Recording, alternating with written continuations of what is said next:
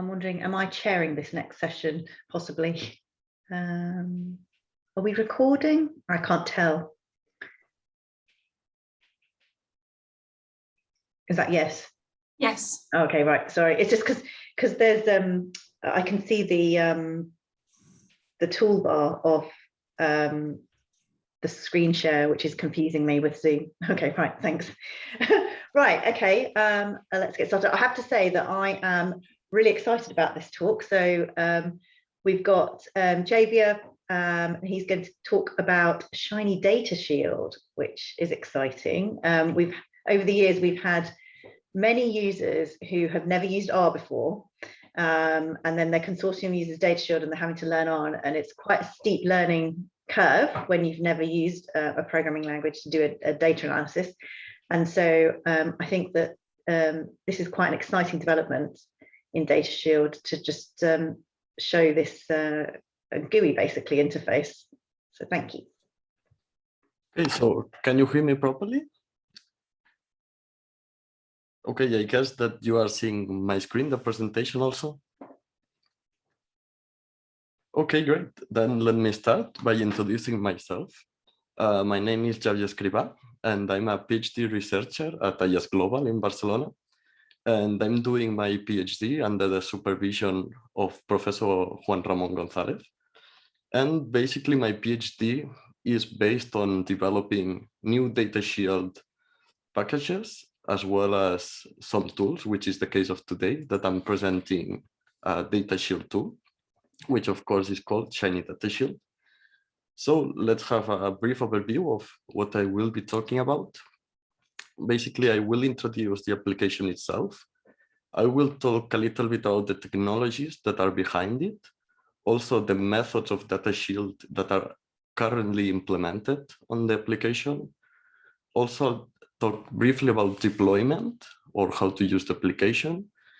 And then we will have a small live demo to see the application working in lifetime. Hopefully that will go right. And to end my talk, I will discuss the results and I'll talk about future enhancements of the application. So what is ShinyDataSHIELD? I've briefly described it in this sentence. For me, ShinyDataSHIELD is a graphical user interface to interact with the DataSHIELD plus Opal infrastructure. So its operation does not require knowledge of R or DataSHIELD functions. Here in the left, you can see a screenshot of the interface of how it looks like. So what was the motivation behind developing this tool? Basically, the main motivation was to shorten the technical gap, as Becca mentioned. Now, for researchers that are maybe not familiar with R, or maybe they are familiar with R, but do not have the time to learn about how DataSHIELD works, what are the commands, and how to use them. That was the most, let's say, strong reason to develop the application. Also, there are other motivations, like it enables quick prototyping of your models. And one that I really enjoy and like is that it enables easy data exploration and visualization using different graphical functions, which is very nice because it's very fast to do and you can download all the plots that you generate using the application. And talking about the target users, my idea or my understanding of how this application will be used is that experienced DataSHIELD researchers may use the application to perform quick prototyping before writing a full script to do their analysis. Also, for non-experienced DataSHIELD researchers, I think that it will be helpful for them to do some hypothesis testing without having to depend on a researcher that is experienced in DataSHIELD. And finally, for the general public, I think that it's very nice to have this application because it will serve as a platform to explore the capabilities that are within the DataSHIELD ecosystem, and that will help the adoption of DataSHIELD in more cohorts, or at least that's what I hope for. Now, let's see a little bit which technologies did I use. Well, of course, to begin, DataSHIELD plus Opal. I'd like to mention that the current iteration of the application only works with Opal servers. This is because I'm making use of many Opal R commands that are running, let's say, inside the application. And for now, this limits, let's say, the scope of the application, but maybe it could be expanded to work with Mulgenese armadillo if there's the request for it and researchers are interested in having that. That could be done in the future. Now let's move to R-Shiny. I guess that maybe some of you know about this package, but for those who don't, I've prepared this slide. Basically, Shiny is an R package that allows us to build web application using just R code. This is very nice because it allows us to have an R server as a backend. What can we do with that? Basically, we can run our R scripts with the pipelines on them, which is really helpful. Also, we can display the results of our pipelines using what we know from R, the ggplot package, GT or DT for displaying beautiful tables and so on. And of course, in our case, we want to have an R server backend to use all the functions to connect to the Opal server and perform our analysis. And finally, to fulfill the motivation of this application, of course, Shiny provides a codeless experience for the user, which is what we want. And finally, the last technology that I used is Docker. We've heard about Docker pretty much today, but I prepared a small slide for those who don't really know or haven't heard much about Docker, so to provide a small explanation, even though not really a true explanation, but to get, let's say, in the same lines altogether.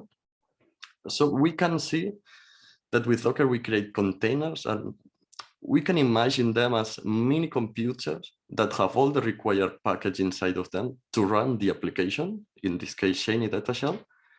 And this mini computer, let's say, that is completely agnostic of what we have installed on the host system, so in our machine. In that way, we don't have to deal with the package dependencies and so on, which is quite useful.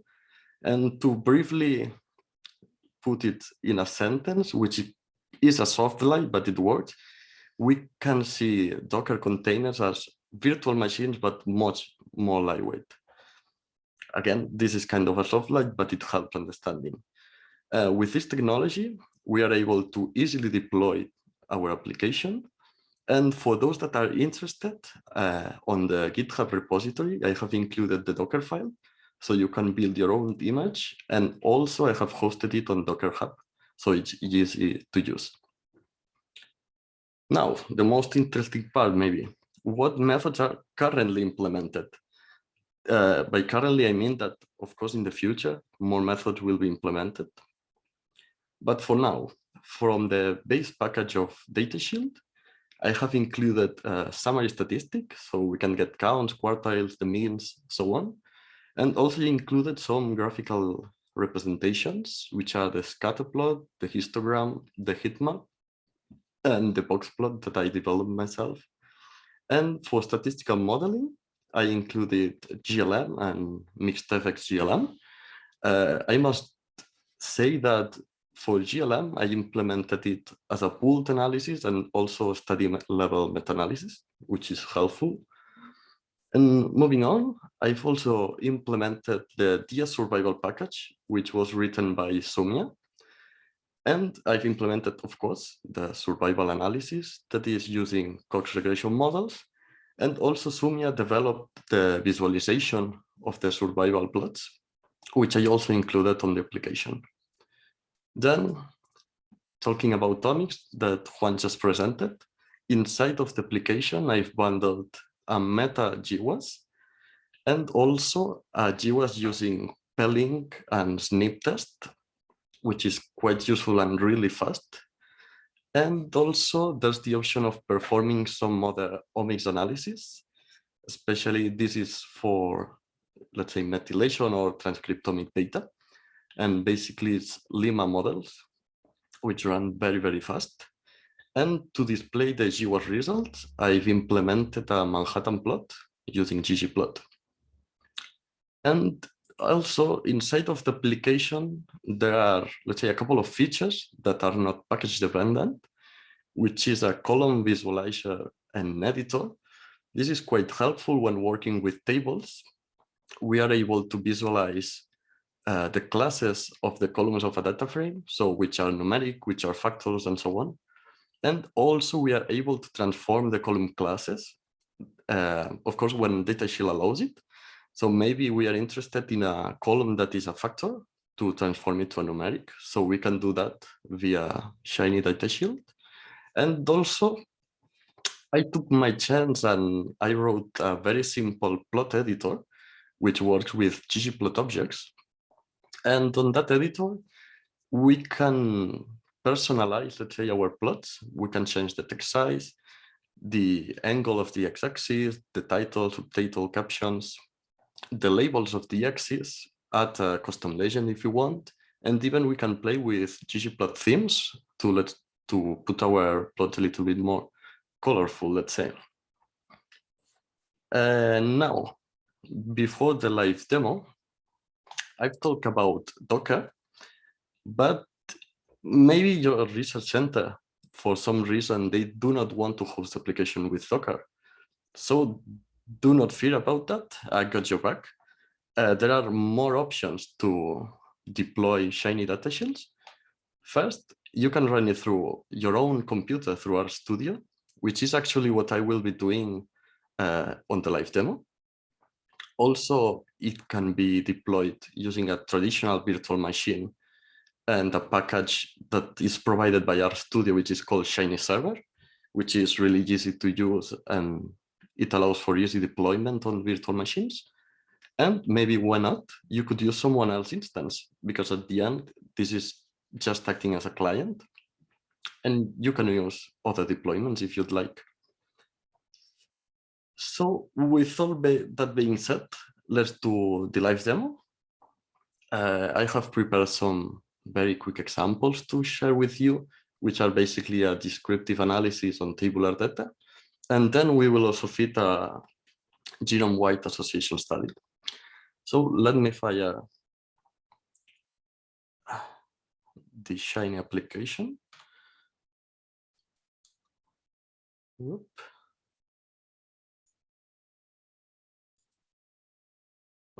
Okay, let me maybe make it a little bit bigger, the text.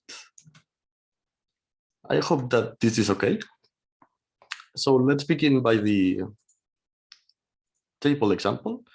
So first we have the screen. I am connecting to the Opal demo with the default credentials. And when I connect to it, I get this new piece of interface on which I can select which tables or resources do I want to use. Let's say that we want to do a pooled analysis of those three tables. So I select them and add the selected items. And here I have a table of what the connections will be when I press the connect button. And of course, since we want to do a pooled study, we have to have all the three tables in different study servers. So I can modify the study server on which they will be. I just put them on different ones and connect to them. Okay, the connection is done. And now some new tabs have appeared. Let's go for the descriptive statics.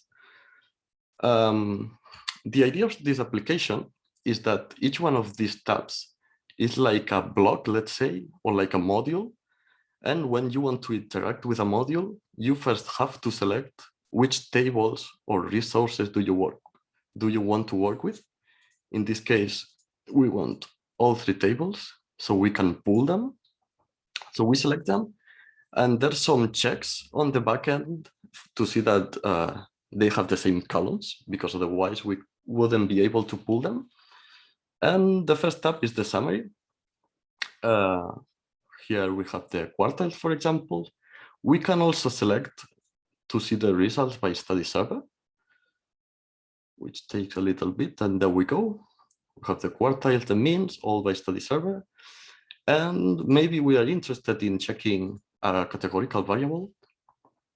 We get the counts, easy enough. Then we have the visualization, and allow me to jump directly to the box plot, which is the one that I like the most. And here we have the box plot. First, we have to select which variables do we want to plot. Let's say we want both these. Takes a little bit of timing, and we have the plot. Now we have the option of grouping, which I found is really useful. Maybe we are interested in grouping by gender. We just select it, and we get our plot grouped by gender. And even further, we could do a second grouping variable, let's say abilities.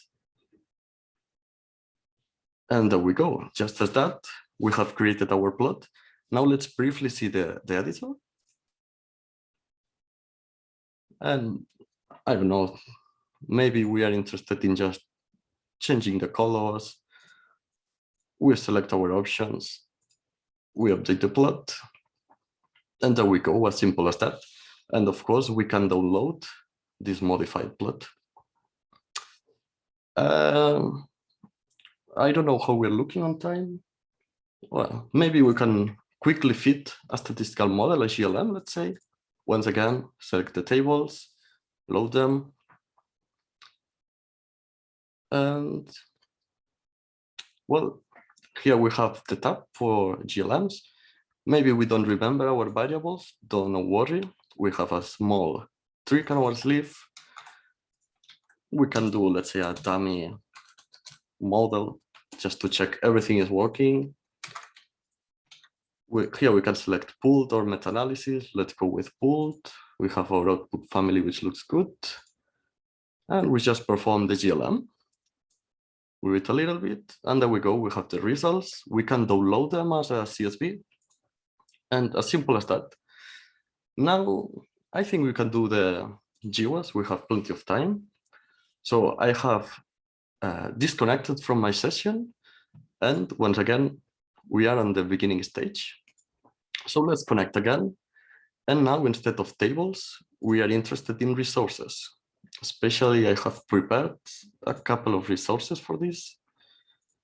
This is the covariance table, and this is the BCF file. We have to switch profiles, in this case for omic analysis. We add them. On this case, we want them to be on the same study server because we have to combine them on the server. So we connect. In this case, you will note that it will take a little bit longer. This is because we are using a BSF, which is kind of heavy. And inside of the server, this BCF is being converted to a genotype object or genotype container, which is called GDS. And by the way, I have plans of reworking this a little bit so it's faster. You see, it took like 30 seconds, but the plan is to have it faster on the future. Now we have the genomics tab. Let's go for it.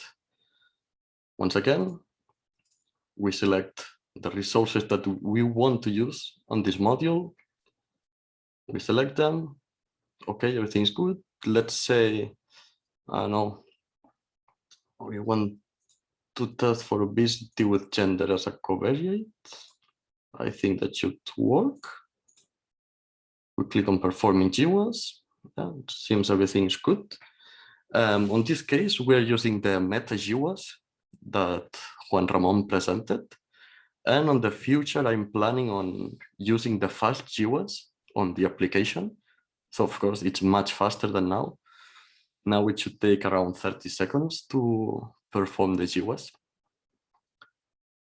And yep, that's it. GWAS is performed. We have our table of results, which of course we can download. And we can easily check the Manhattan plot for our association.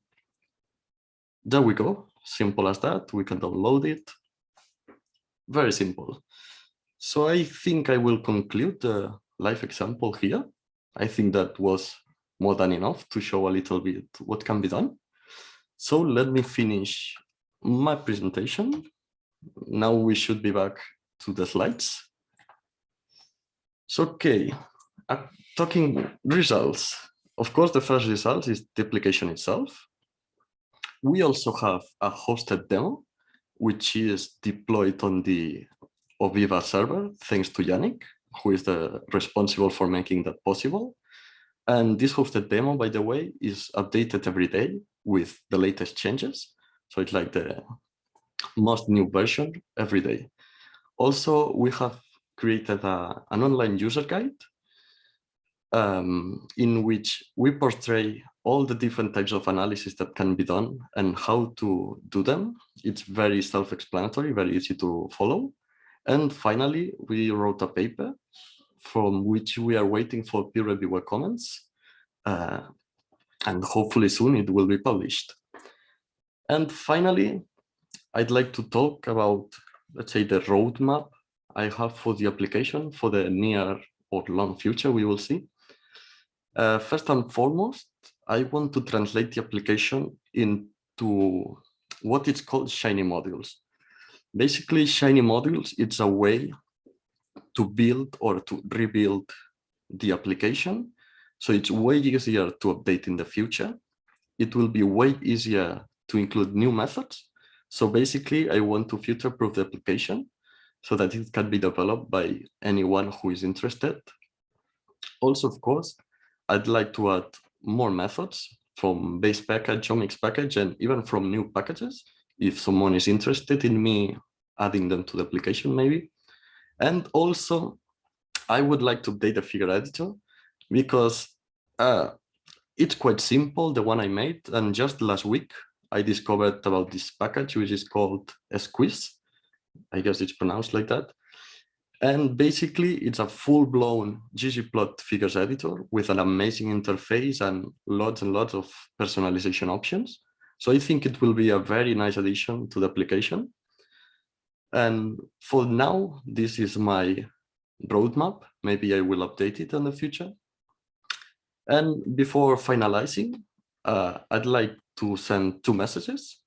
First one is that if you'd like to help developing the application, just feel free to test it and submit your bugs or your thoughts to the GitHub issues. I'm very active on there, so I will definitely not miss them. And also, I'm open to inputs on features that should be added or human-computer upgrades. Whatever you want to tell me about the application, just feel free to contact me. And now I will take any questions that you may have. Thanks a lot for your talk. There's been a lot of comments in the chat, so I'm not sure how much you've been keeping an eye on that. Juan has posted all of the links to this work, including the book down as well. And I think basically everyone is saying how much they think this is really great and it's really useful and they really like the idea of it. It looks brilliant, great application, and so on and so forth. I think let's Ollie, do you want to unmute yourself? Ollie's got a question. Are you able to unmute yourself? No, there you go. We can't hear you now.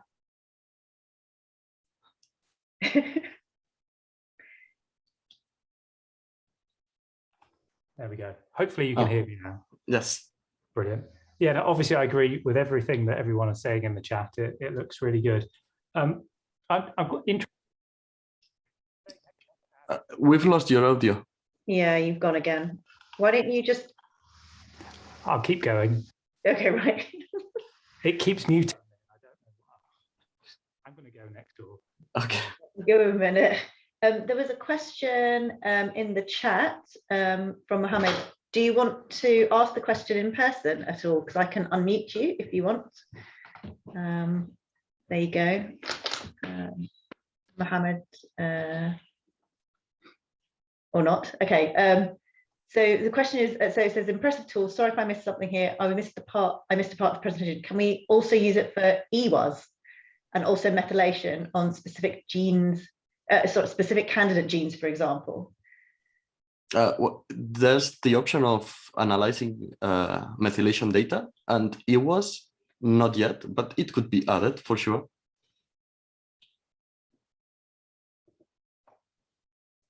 Sorry, I tried to unmute you, but I couldn't unmute Yeah, you. yes. Oh, now, yes, I can. There we go. Yeah, great. Thanks, Javier. It's amazing. I'm sorry I missed part of the presentation, so I'm not sure if I'm being off topic here, but I'm planning to do a candidate gene analysis methylation for candidate genes, and I don't know if this tool allows that I can choose which genes I want to check for methylation and do an association analysis with other phenotype or something. So not yet, but definitely it could be added. As long as it can be done using DataSHIELD, it can be added easily to the application, for sure. okay, yeah, great. Thanks a lot. You're welcome. Juan wants to say something, and then should we go to your question? Is that right? Where I can't see you now. Oh, there we go. Unmute. There you go. Thanks, Mohamed, for the question. As Xavier is saying, we can add this feature to the Shiny app very easily because it's already implemented in a package in DSomics. So in DSomics, and I send you the link, you can run transcriptomic or epigenomic data analysis very easily. You can select the genes you are interested in. So yes, I would say you just to try a regular RStudio approach. I mean, not necessarily to use DataSHIELD, but if you are not good with R, we can help you by writing some scripts. And of course, if you are interested in doing Shiny, we can implement that for you. It's not a problem. So maybe we can have a meeting to talk about that because metabolites is something different, but if they can be encapsulated in an expression set or something like that, they can be analyzed using DSomics. Thank you. Thank you. Right, Ollie, then. Oh, I'll finally get another go. Here we go. Yeah, so I was saying earlier, looks really good. You know, agree with everyone else. So when you say that you want to add more of the DS base modules, so am I right in understanding that you have to step through them one at a time, sort of creating a different page and intercepting all of the inputs and tying those to actions? Yeah. Is there anything we could do to perhaps think a little bit more upstream about what we could do? You know, if we came up with all of the plotting functions, for instance, if we classified them as a plotting class, and then, you know, that might make it a bit easier to have all of those, you know, to have new things automatically work, and then the same for things like the modeling functions and that kind of thing. Well, to be fair, the most important thing, or what I would really appreciate a lot, is having better, let's say, error handling. Because I found out that sometimes when there's some error occurring on the application and I try to output the DataSHIELD errors message, it's not clear enough. So that would be really what makes it shine, at least, I guess. Because, yeah, having classes for plots and so on may help, but not as much as you would think. It's kind of manually intensive work doing the application. So yeah, basically error messages is what I would like to see improved. Well, I think everyone, to be honest. I think we'd all agree with that, yeah. I mean, I'm thinking that, again, linking back to some of the talks we had yesterday, thinking of, and also this morning, thinking about how we, for example, convince data protection officers to allow DataSHIELD to be installed. Perhaps using an interface like this might be an easier way of explaining it, because it's not all scary and sort of like, you know, this programming environment where they don't understand the actual functions that are being run, whereas we could use something like ShinyDataSHIELD to demonstrate them in a really simple way, with click buttons and everything, and you're getting the same response that you would do if you were programming it. So I think that this is great, and I think that there's a lot of ways in which we can use it. So I thank you for taking the time and the effort to create it and to also demo it for us. Sure. Paul, did you want to say something? I don't know whether you. No. I can unmute you if you want to speak. Or wait, I can't find you. Oh, there you go. Yeah. Elaine. Sorry. Okay. Oh, so I'm still not allowing. Oh, yeah, now, yeah, great. Sorry. So I didn't actually just join. I was listening all the way through. Just that I was turned off on my site. So, well, the thing two things really. I think that, as I said, in fact, on the chat during it, it really is a fantastic app. So well done, Xavier, etc. It's fantastic. The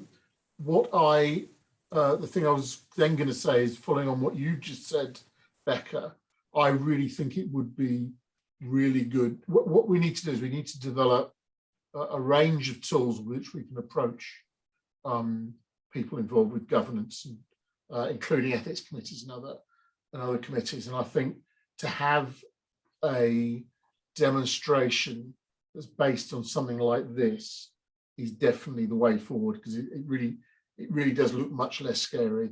And so yeah, I agree. It's perhaps worth mentioning that Becca and I have just put an application in to build basically a giant demonstrator of everything in DataSHIELD. So that includes showing off, all the omic stuff, all the QPOL stuff, all the basic stuff, as well as explaining federation to people and all of this. And we had a demonstration of our Shiny on that list as well, because we're trying to do exactly that thing that Paul's talking about, to have a simple explanation and demonstration of everything that the general public can understand, that sort of level of stuff. So I think if we do get that grant, we will definitely come and talk to you quite a lot about that, to see where there's overlap and things we can extend. I've just noticed, Yannick, do you want to unmute yourself and make your comments as well? I can see them in the chat. No, it's not very clear, but yeah, I guess that some part of the graphical user interface could be provided by the DS packages themselves. That will shortcut the development of new interface. So you could just pick, I want this client package, this one, and it magically brings the menus and the interactions. That's an idea. Cool, thanks for that. If there's no more questions, we will move on to our next talk. So we've got a couple of lightning talks next. No, that's not the printout. So next up we have Mariona, who's going to give a lightning talk, investigating differences in the microbiome composition in obese and non-obese individuals and relationship to diet. So I think you have the ability to share your screen. So thank you very much. Let me see. This is just a couple of slides. So as you said, this is a case study that will be. Oh, can you hang on? Oh, okay. So it's part of the our consortium, the knowledge platform, the INTIMIC, so it's about intestinal microbiomics. And so we will actually getting started now in the conduct of a case study in which we want to examine the differences in taxonomic gut microbiome composition and diversity between obese and the non-obese, and if data allows, we would like to also explore the role of diets as a potential effect modifier. This is a cross-sectional study. So we'll conduct cross-sectional analysis on data from 9 European observational studies. Actually, all these studies have a commonality, and is that the gut microbiota, so the gut is measured by means of high throughput sequencing technologies like the 16S or the shotgun metagenomics. In our group, we've now performed a microbiome data analysis. So we wanted to keep it simple And so initially we thought about conducting like a targeted approach, which means like what we planned was to restrict the analysis to a candidate list of bacteria at filament genus level. And so basically we would like to request as a variable like the relative abundance at 1% for each of these listed bacteria. This candidate list is evidence-based, it's literature-based, because in parallel we conducted a systematic review. And this candidate list would be like a part of the harmonized data set that would be uploaded into the OPAL DataSHIELD. This is the classical way. But then we came across this paper led by Yannick and Juan Ramon, where they talked about the resources.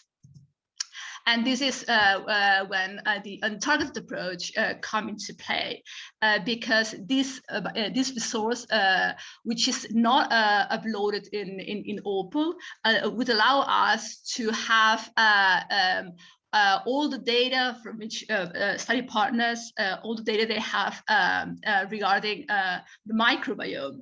And it can be linked, so uploaded in a private link in their original format. And then by means of the RBA conductor, we will conduct, Ramon will conduct a common bioinformatics pipeline to normalize the microbiome data and hopefully minimize potential technical biases like the DNA extraction, the different use of sequencing platforms, etc. And what's nice is that this resource can be combined with a harmonized phenotype data set. And last but not least, we hope that with this project, we will help developers to further extend and further develop some statistical packages like the DS microbiome that I know it's still in its infancy, and the DS omics, because not much has been done regarding microbiome. And last but not least, I would like to acknowledge Juan Ramon and also Andreas Deutsch, which is one of our partners who is used to conduct to use bioinformatics, but not on DataSHIELD. And then the Newcastle University, the DataSHIELD people, Dimitris and hopefully Paul, that will be still on board like for a few months before he retires. Yes, and that's my presentation. Thank you, Mariona. I guess the hope will be that at next year's conference, you'll be able to present something about DS microbiome. Maybe someone will be able to present the package and some analysis from it. Has anyone got any comments or questions? Anyone?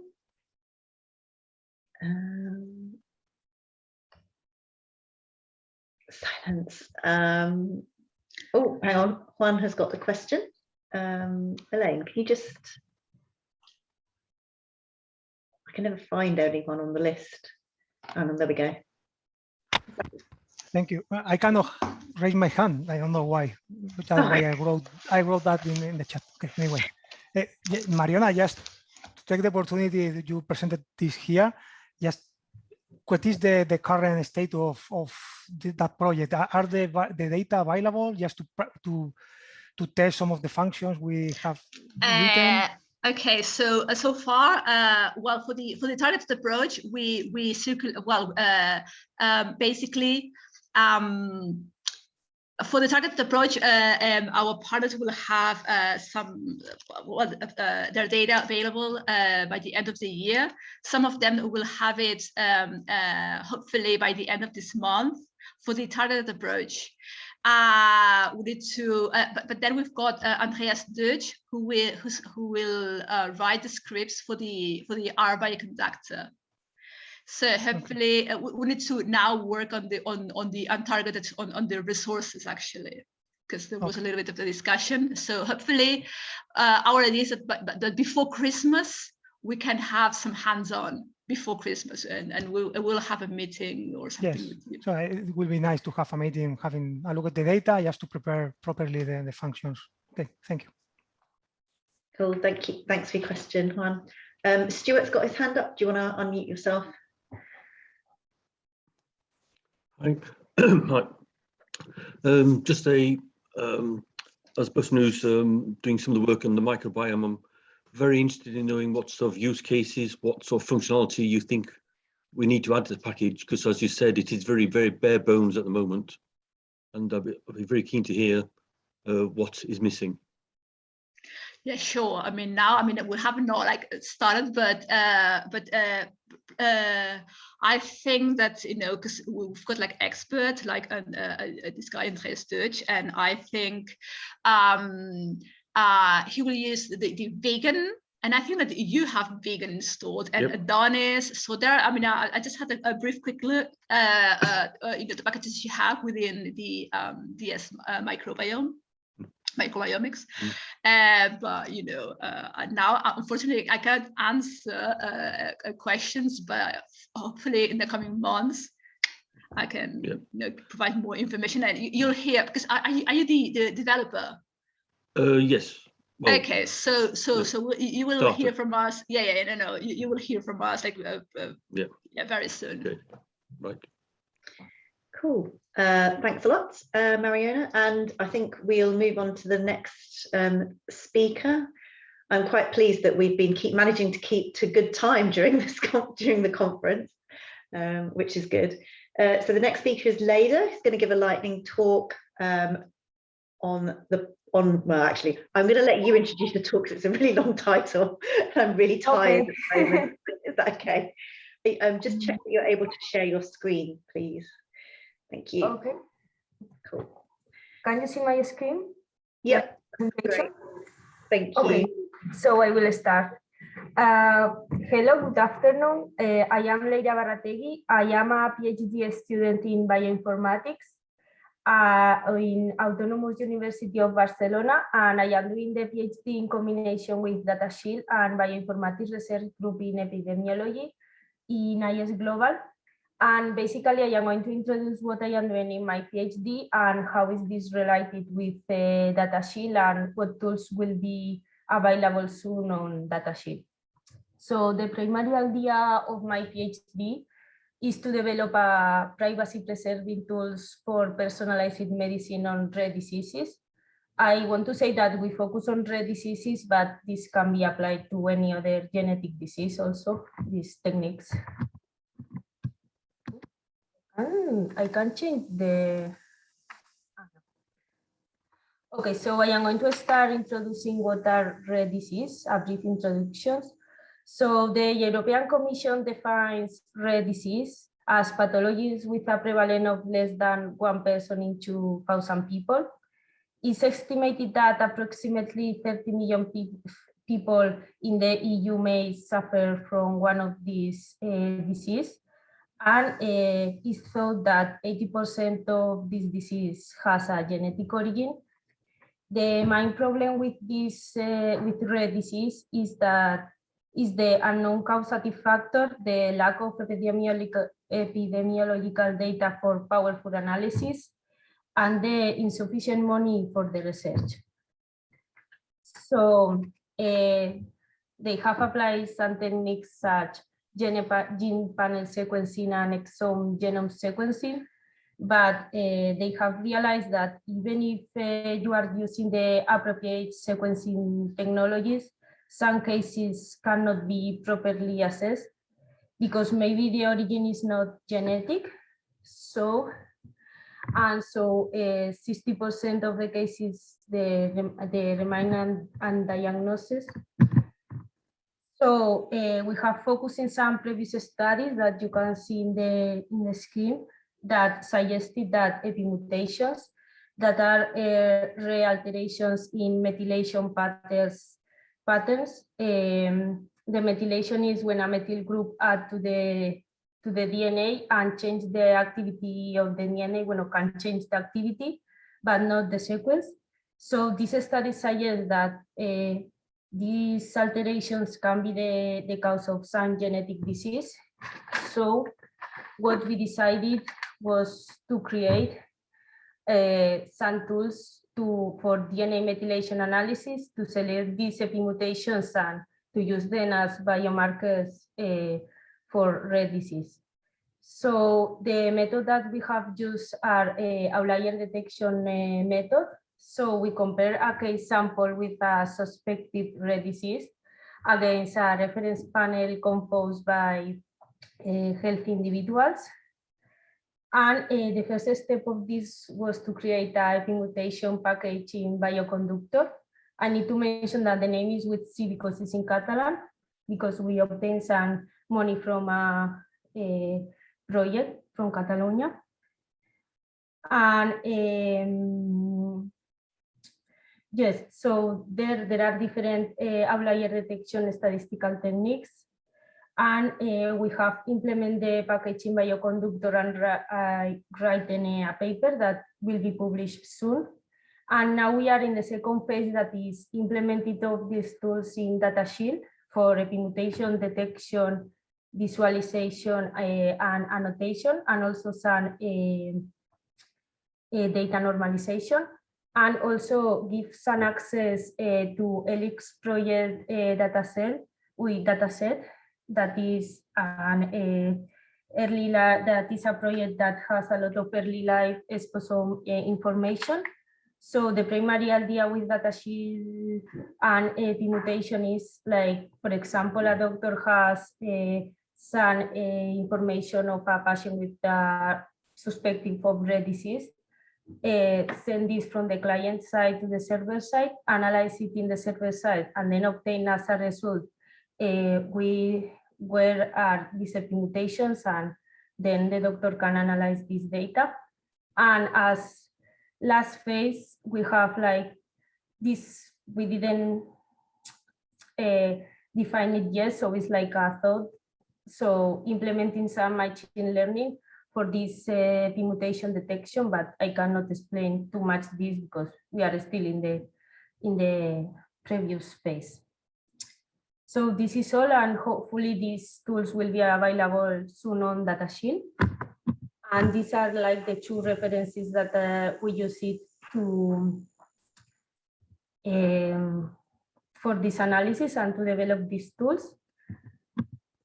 And thank you very much, and I will answer any questions that you have. Thank you, Leire. Let's see if there's any questions. If you raise your hand or put it in the chat. If you don't have the raise your hand button.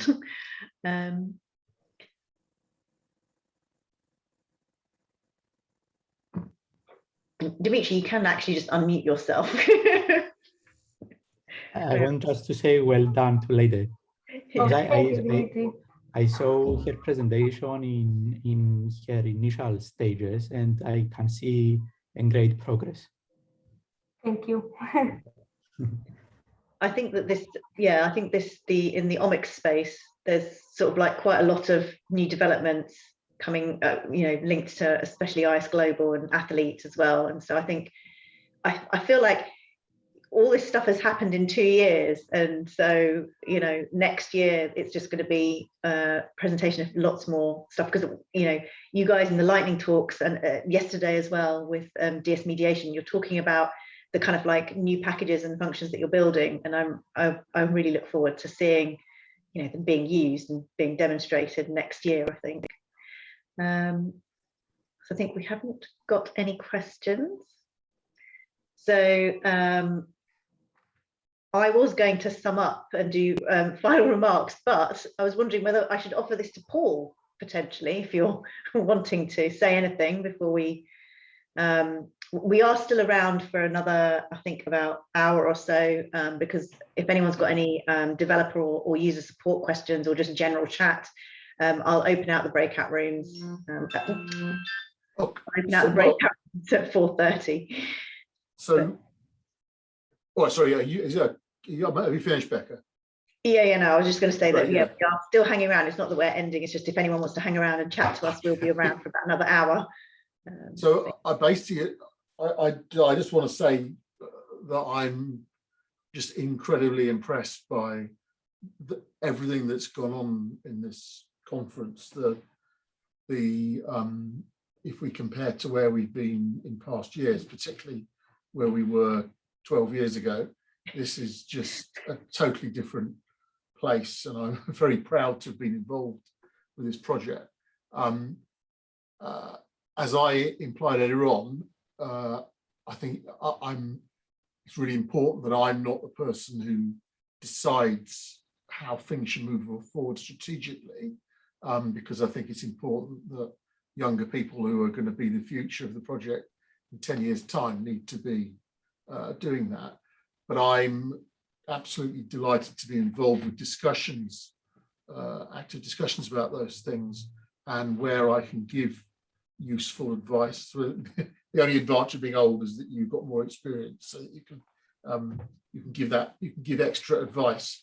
And so if I can contribute to any discussions, that'll be good. And I think, to me, there's a number of clear issues that we can emphasize and should emphasize going forward. So I mean, it may be, I don't know, Becca, do we have a few minutes for discussion?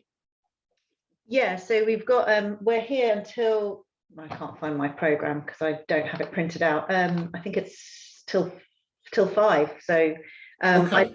I have unmuted everyone, so everyone will be able to mute and unmute themselves now. And I will also open the breakout rooms as well.